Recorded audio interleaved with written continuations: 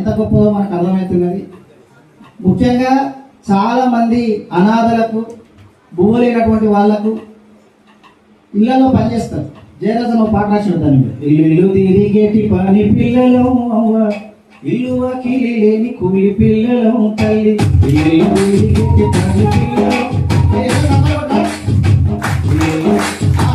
ఇల్లు తిరిగేటి పని పిల్లలు, ఇల్లు వాకిలి లేని కూలి పిల్లలు, ఇల్లు తిరిగేటి పని పిల్లలు, ఇల్లు వాకిలి లేని కూలి పిల్లలు, పల్లెల్లో మెక్కులం పాసిపోయిన ఉప్పలం, పల్లెల్లో మెక్కులం పాసిపోయిన ఉప్పలం, పల్లెల్లో మెక్కులం పాసిపోయిన ఉప్పలం, పల్లెల్లో మెక్కులం పాసిపోయిన ఉప్పలం, పని పని కమ్ములకున్న సిక్కులం, ఇల్లు తిరిగేటి కూలి పిల్లలం, ఇల్లు వాకిలి లేని కూలి పిల్లలం, ఇల్లు తిరిగేటి పని పిల్లలం, ఇల్లు వాకిలి లేని కూలి పిల్లలం.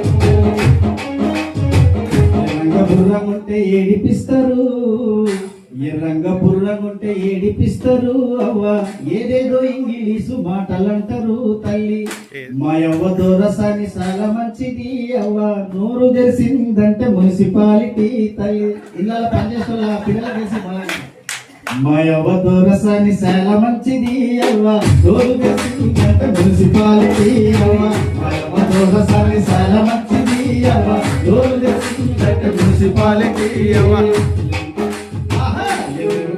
అరే ఎర్రంగా బుర్రంగుంటే ఏడిపిస్తారు, అవ్వ ఏదో ఇంగ్లీషు మాటలంటారు, ఎర్రంగా బుర్రంగుంటే ఏడిపిస్తారు, అవ్వ ఏదో ఇంగ్లీషు మాటలంటారు.